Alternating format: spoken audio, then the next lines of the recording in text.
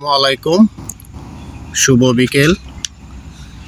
কিছুক্ষণের জন্য ছাদ থেকে ঘুরে আসা। এই যে অরেঞ্জগুলো পেকে যাবে, আরও আছে মালটা। এই যে গাছে এই মালটাগুলি পেকে গেছে, অনেক মালটা ধরে এই গাছটায়। মাশাল্লাহ, খুব মিষ্টি এই গাছের মালটাগুলি। এখন এই মালটাগুলি খাওয়ার একেবারে উপযুক্ত হয়ে গেছে।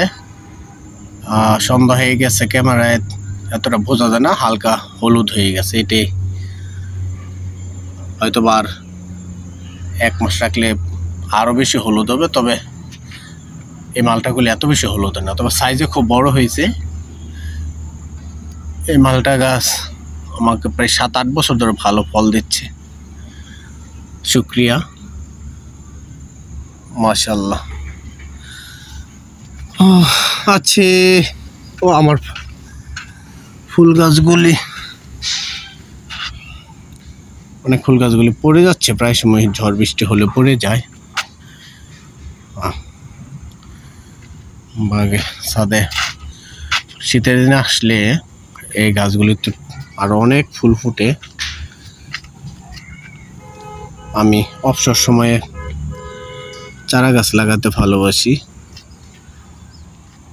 অন্য সময় বাগানে আরো বেশি ফুল থাকে।